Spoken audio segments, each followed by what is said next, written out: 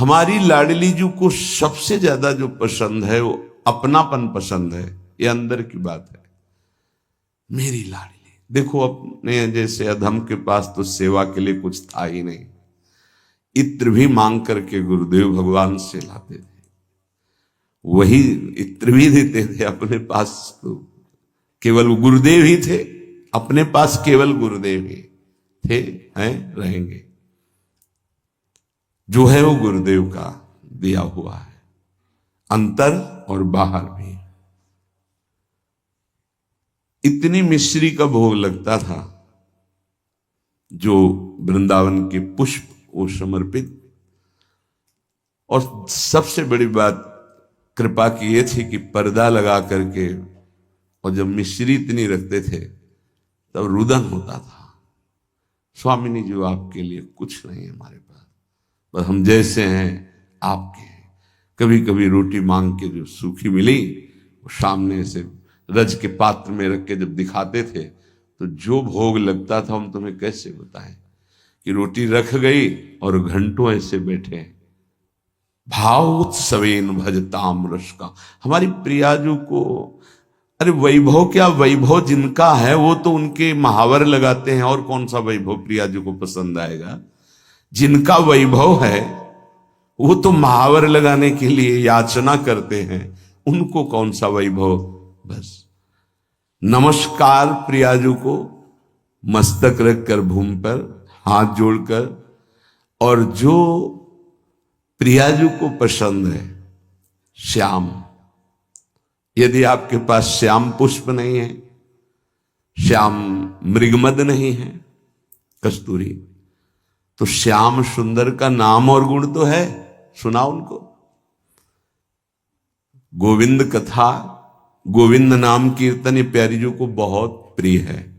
जब आप सुनाओगे ना गोपाल सहस्त्र नाम, श्रीमद् भागवत के श्लोक जिनमें रूप माधुरी श्री कृष्ण चंद्र जी की, या जो महान ऋषिकों के, क्योंकि स्पष्ट समझ लीजिए, मेरे तन मन प्राण होते प्रीतम प्रिय, मुको तो भावती ठौर प्यारे के नैनन में, और खास बात नंद के लाल हरियो मन मोर। बस ये है हमारी श्री जी की पूजा। अगर समझ पाओ, पकड़ पाओ, श्री जी की पूजा यही है। तो बोले श्याम वर्ण के पुष्प और कस्तूरी आदि अर्पित करके 4 परिक्रमा करके। अगर आपको कुटिया में ऐसा विधान नहीं है कि आप परिक्रमा कर सके, तो आप यहां कर लीजिए 4 परिक्रमा। राधा वल्लभ जी की 4 परिक्रमा कर लीजिए, या अपने ठाकुर को ऐसा सिंहासन रखिए कि सेवा के बाद ऐसी जगह विराजमान कीजिए जहां पीछे से परिक्रमा कर सके। बड़ा महत्व है परिक्रमा का। पूजा की पूर्णता परिक्रमा से ही है। कह रहे हैं परिक्रम्य और फिर भूयो नमत्वम, 4 परिक्रमा करके भूमि पे मस्तक रख के, स्त्री शरीर है तो पंचांग, पुरुष शरीर है तो साष्टांग। ये बहुत पहले आदेश हो चुका था श्री जी की प्रेरणा से कि हर साधक 11, 21, 51, 108 जितनी शरीर में सामर्थ्य है दंडवत करेंगे। तो ये तो सखी भी कर सकते हैं। प्रगट जिनका स्त्री शरीर है, पंचांग किया फिर खड़े हो गए, मंत्र जपा फिर प्रणाम किया, पंचांग फिर खड़े हो गए, 5, 7, 11 ये तो कर ही सकते हैं ना। इससे निश्चित आप देखना बहुत आनंद का मार्ग है श्री जी की 4 परिक्रमा।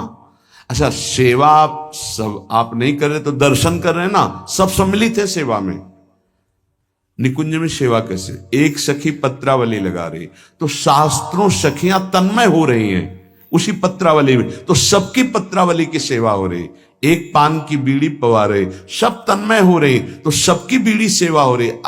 ये आंतरिक विषय है। आगे जब मन पवित्र होकर सेवा में जाएगा तो आप देख लेंगे।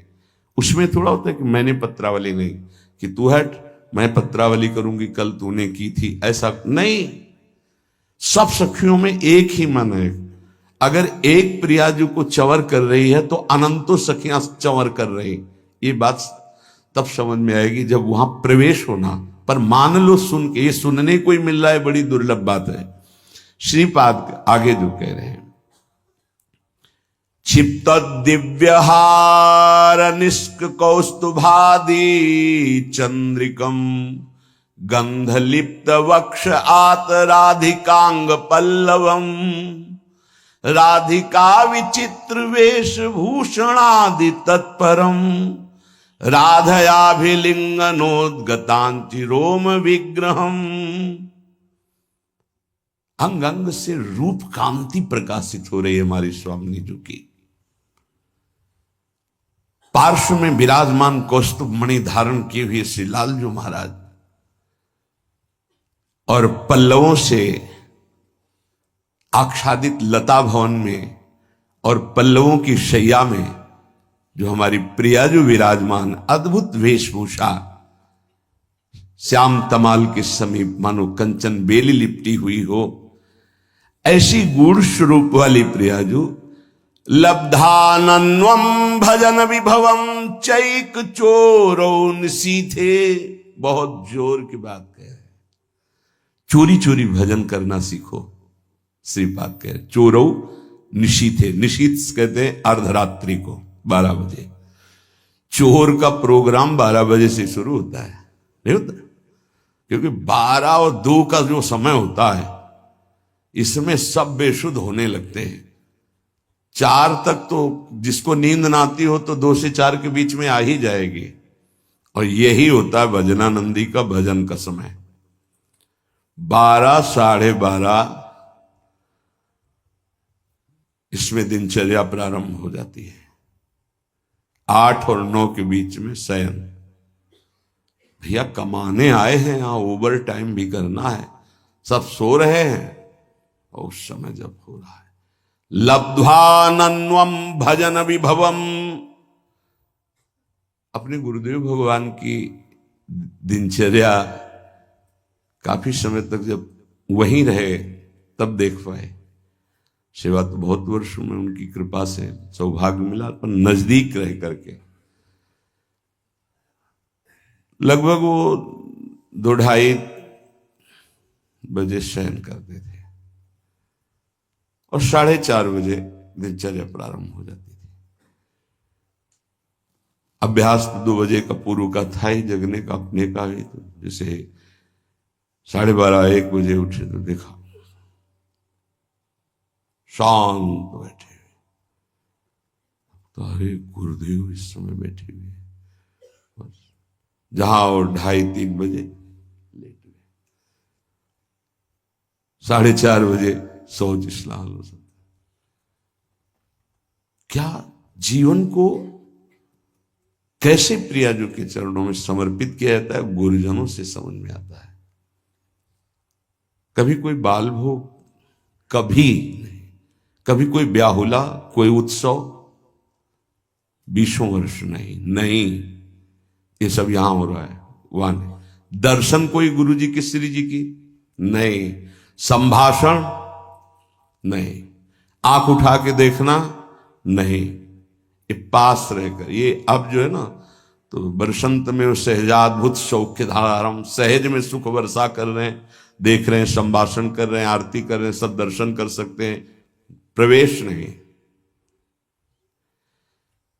लब्ध्वानन्वम भजन विभवम चैक चोरौ निशीथे, आदेश कर रहे हैं हमारी श्री जी का भजन चोर चोर करो, चोर चोर, चोरी चोरी, कोई जान न पावे कि आपकी कितनी ऊंची अवस्था है। हे, भजन का स्वरूप समझो, अंदर ही अंदर आपके आग जल जाए भजन करने की। जितना नींद को कम कर पाओ धीरे धीरे, ऐसा वो कम करना नहीं माना जाएगा कि सत्संग में सो गए, माला चलाते समय सो गए, फिर ये ठीक नहीं, ये विक्षेप नहीं होना चाहिए। जिस समय से जगे तो बस जगे, फिर झपक नहीं आनी चाहिए, तब माना जाएगा कि आपका अभ्यास ठीक है। अब उधर तो आपने तोड़ दिया नींद अपनी, और इधर पूरी कर रहे हो, तो फायदा क्या हुआ तोड़ने का? सत्संग में नींद पूरी कर रहे हो, कीर्तन में नींद पूरी कर रहे हो, और आप तो ये उपासना में ऐसा ठीक नहीं है। उतना आप सोइए जिससे जगने के बाद फिर आपके झटके न लगने पावे। नहीं, ठीक राइट टाइम पे बिना किसी अलार्म के पूरे जीवन में उठने का स्वभाव बनाओ तो वैसे ही उठ जाओगे।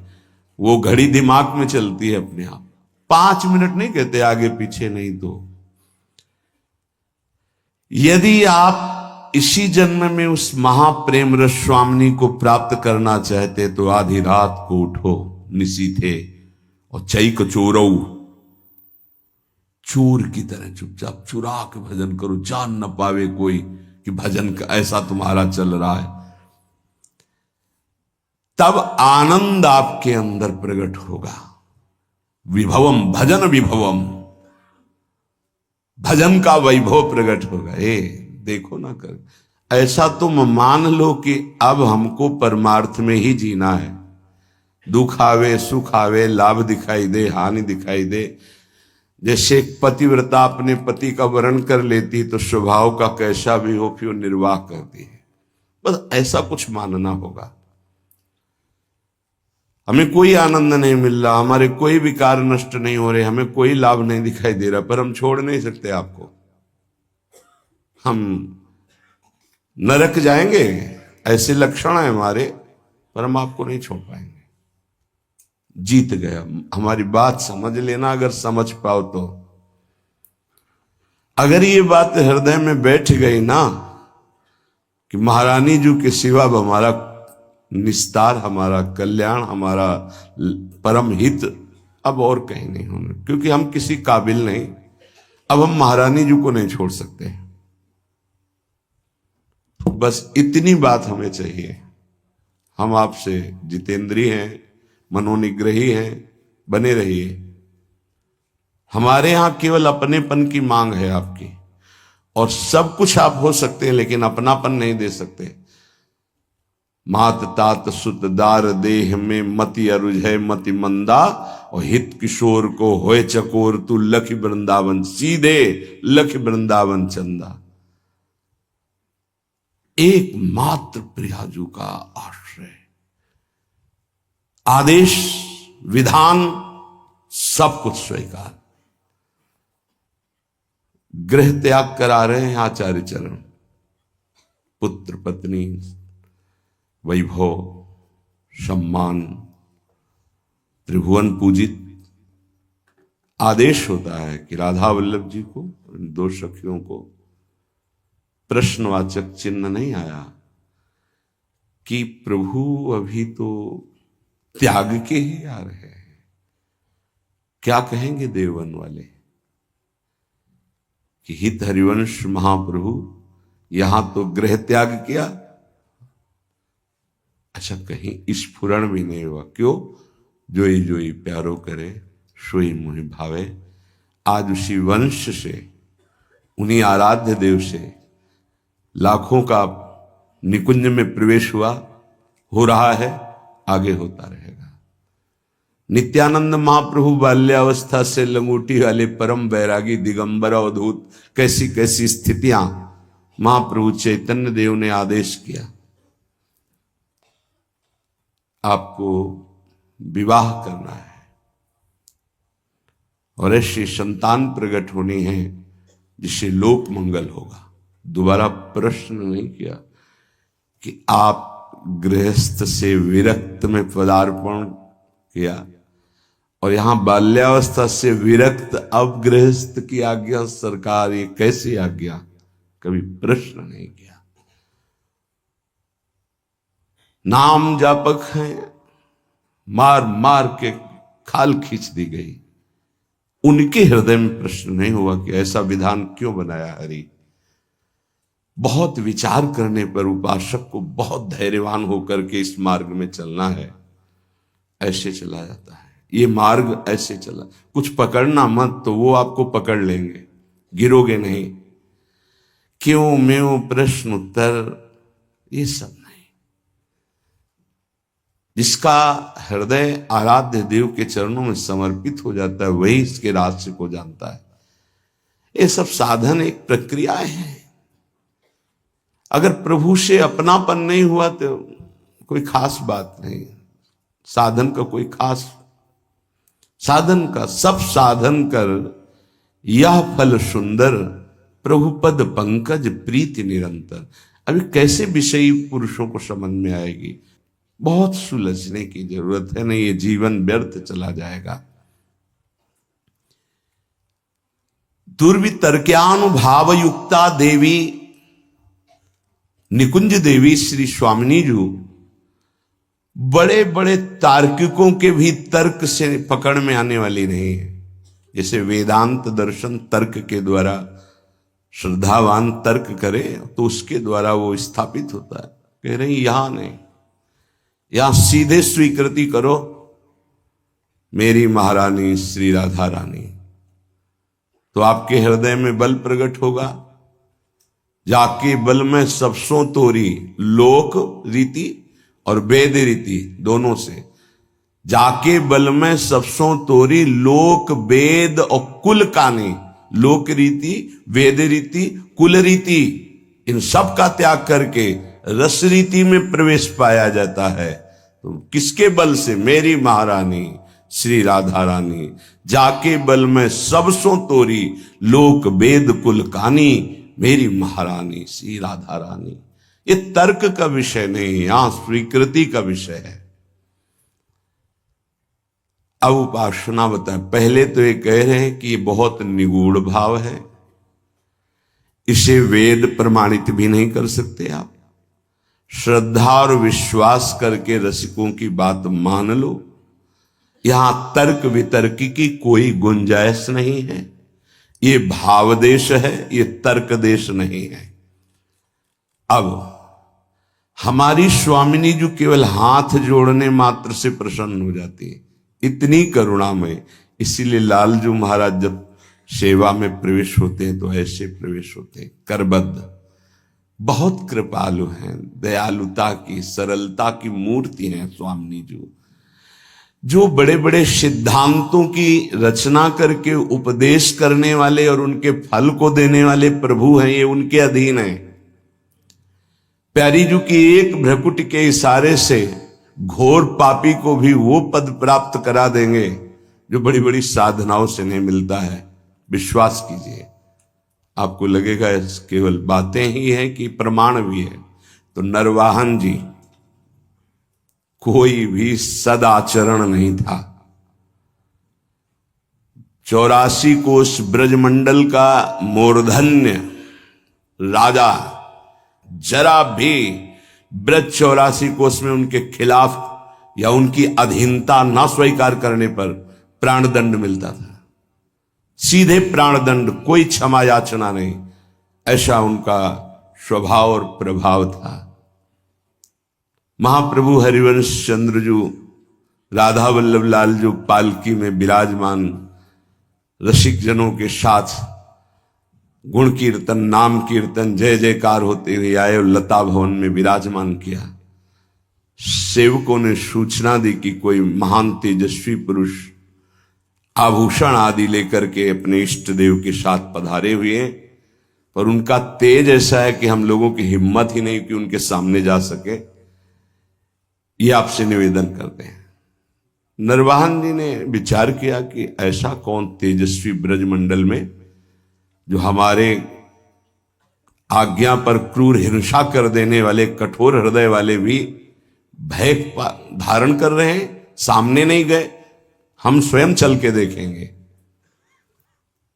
एक भागवतिक आभा होती है, एक भागवतिक बल होता है। वो जिस पर कृपा होनी होती उसी को अनुभव में आता है। जैसे अपने गुरुदेव भगवान के पास जब जाते हैं तो एक भागवतिक बल वहां स्थापित है। वो शायद है कि लाडली जी की कृपा से आपको दिखाई देगा। रोम रोम उस समय बिल्कुल अलर्ट रहता है, सावधान। एक अद्भुत कि जब गुरुदेव श्री जी को देख रहे हैं तो हम गुरुदेव को देख सकते हैं, लेकिन जब गुरुदेव हमारी तरफ देखेंगे तो हमारी हिम्मत नहीं कि हम देख सकें, नेत्र झुक जाएंगे ऐसे। वो एक अद्भुत बल होता है। नरवाहन जी पर कृपा होनी थी। हितजू महाराज किसी भी भाव से कोई आवे तो उसको श्री जी प्रदान करते, इतने अद्भुत दाता है। महिमा तेरी कहा कहो श्री हरिवंश दयाल, तेरे द्वारे बटत हैं सहज लाडली लाल। बड़ा विचार कर रहा था, कैसे होंगे, क्या प्रभाव होगा। जब दर्शन करने के लिए आए तो हिम्मत नहीं पड़ी सामने जाने की। लता भवन की ओट से देखा, जैसे प्रियाजू के नेत्र ऐसे हितजू महाराज के नेत्र, अतुलित रस बरसत सदा, सुख निधान बनवासी, अद्भुत महिमा महि प्रगट सुंदरता की राशि। सुंदरता की राशि कनक द्युति देह रुचि, जैसे स्वामिनी जू के श्रीअंग की कांति, सात कुंभ तन गोरी, ऐसे हित सजनी स्वरूपा महाप्रभु हरिवंश चंद्र जू की। अजान बाहो कमल नयन, सुंदर नासिका सुंदर थोड़ी, युगल चरणारविंद, पान किया और बस उन्मत्तता छा गई। अभी राधा वल्लभ जी को देखा ही नहीं था, केवल महाप्रभु को देखा था। बस हृदय में बैठा लिया। वहां रसिक जन कीर्तन कर रहे थे, राधा वल्लभ श्री हरिवंश, श्री वृंदावन श्री वंचन। बैठा लिया, राधा वल्लभ श्री हरिवंश, राधा वल्लभ श्री हरिवंश। ये नाम जपते ही कुछ दिनों में ऐसा लगने लगा कि मैं बहुत अधम हूं, अब नहीं करूंगा, अपने हाथ से किसी की हिंसा नहीं करूंगा, कभी चोरी नहीं करूंगा, कभी किसी से कर नहीं लूंगा, ऐसा। और एक तरह से परम वैरागी होकर रह रहे हैं, पर कार्यक्रम उनका वही चल रहा है। उनके अनुगामी जनों ने जैनी व्यापारी की बड़ी नौका को रोका और कहा यहां से निकलने वाले को कर देना पड़ता है। उसके साथ कई 100 सैनिक बलवान थे, तो सैनिकों के बल के कारण उसने कर देना अस्वीकार कर दिया। युद्ध हुआ, समस्त सैनिक मारे गए, जैनी को बंदी बना लिया, पूरी संपत्ति नाव की हड़प ली। छोटी मोटी नाव नहीं, जिसमें 8-9 से सैनिक सुरक्षा में हो तो कितना ऐश्वर्य होगा। पहले नावों से ही व्यापार होता था। नौका पूरी जब्त कर ली गई, उसको बंदी बना लिया गया। और उसमें जो मुखिया थे, क्योंकि नरवाहन जी तो राधा वल्लभ श्री हरिवंश आठों पैर जप में लग गए थे, कैसी असीम कृपा हुई थी। पहले दर्शन में ही लुट गए थे, अब वो कैसे लूटेंगे। उनके अनुयायियों ने उस जैनी से कहा कि अगर आप जितनी संपत्ति है इतनी दोबारा नहीं मंगाते हैं तो आपको फांसी की सजा दी जाएगी। उतनी संपत्ति उसके पास थी नहीं। धीरे धीरे फांसी का समय निश्चित हो गया कि कल फांसी दी जाएगी। तो रात में 9-10 बजे शयन भोग लेकर के एक दासी गई और उससे कहा कि तुम सावधान, कल तुम्हारी मृत्यु का दिन है। रो पड़ा, मेरा क्या अपराध। बोला यहां अपराध नहीं गिने जाते, यहां कोई निर्णय नहीं होता, मारे जाओगे कल तुम। उसका कोई उपाय बचने का? बोले एक उपाय है, रात्रि के 12 बजे राधा वल्लभ श्री हरिवंश, राधा वल्लभ श्री हरिवंश जोर से उच्चारण करना। मुझे पूरा विश्वास है ये नाम तुम्हें बचा लेगा। अरे तो मरने वाले को जैसे संजीवनी बूटी मिल जाए। थोड़ी ही देर के बाद उच्च स्वर से शुरू किया, राधा वल्लभ श्री हरिवंश, राधा वल्लभ श्री हरिवंश। वो आवाज नरवाहन जी जहां एकांत में जप कर रहे थे वहां पर, अरे ये तो अपराध बन गया, मेरे गुरु जी का कोई शिष्य बंदी बना लिया गया।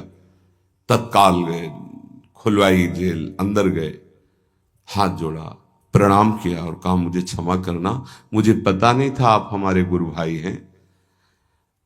अपने सैनिकों को बुलाया और कहा तत्काल पूरी संपत्ति दी जाए और अधिक संपत्ति इनको दी जाए। उनसे हाथ जोड़ के कहा कभी गुरु जी के सामने ये चर्चा मत चलाना कि आपको इस तरह से प्रताड़ित किया गया। आज से बिल्कुल आदेश लागू हो जाएगा, कुछ किसी के साथ ऐसा नहीं होगा, नहीं तो बहुत बड़ी गलती हो जाती।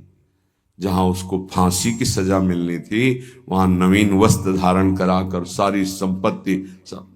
उसके मन में आया एक बार तो उनसे मिलूं, जिनके नाम के बल से मुझे सम्मान मिला, जहां मृत्यु मिलने वाली थी, और व्यापार में जो लाभ मिलता उससे अधिक धन मिल गया। उनका मूल तो मिला ही, और भी संपत्ति नरवाहन जी ने दी इस बात की कि मेरा गुरु भाई है।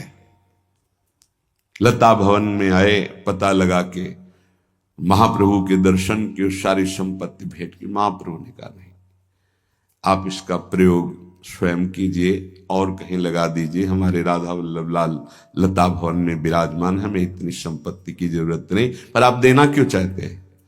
तो उनका आपके नाम के कारण मेरा जीवन बच गया। पूरी घटना बताई। तो मैं तो नहीं जानता नरवाहन कौन है।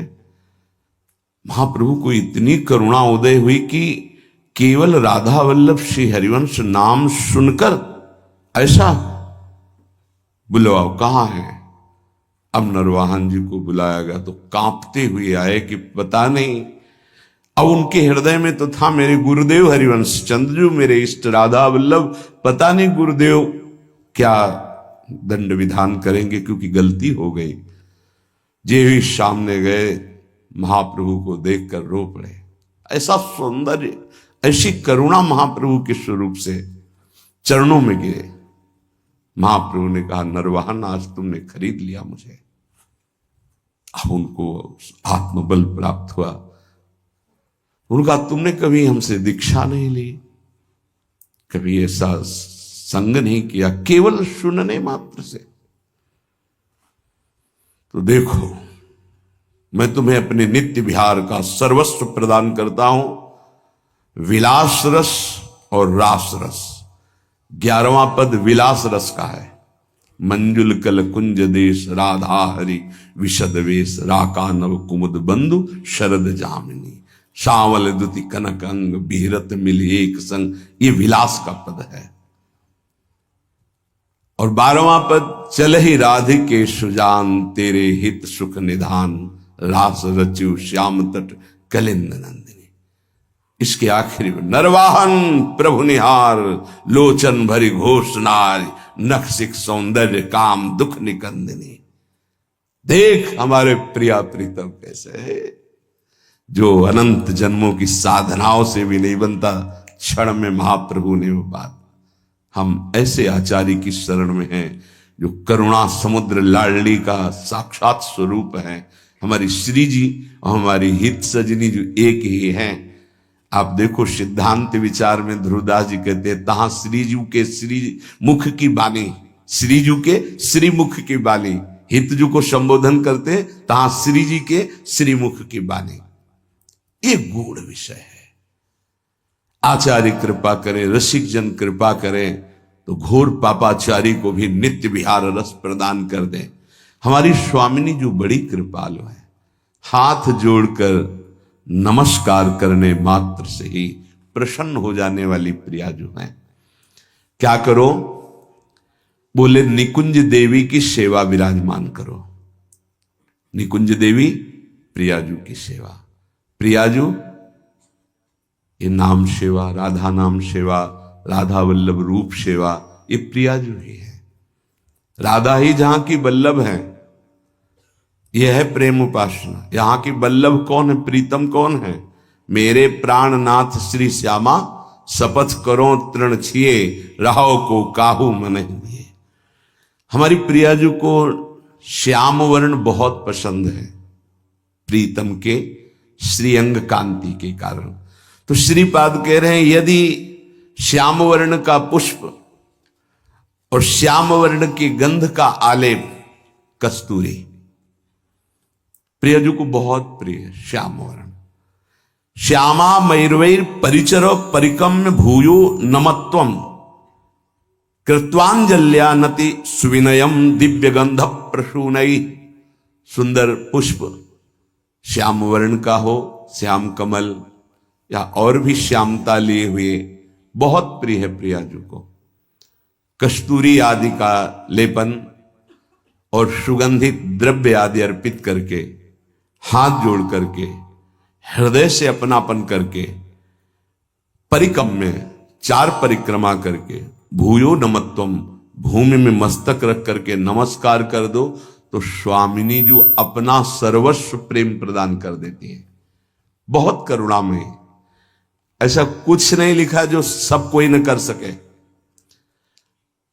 गृह में अपने स्वामिनी जी की सेवा विराजमान करो।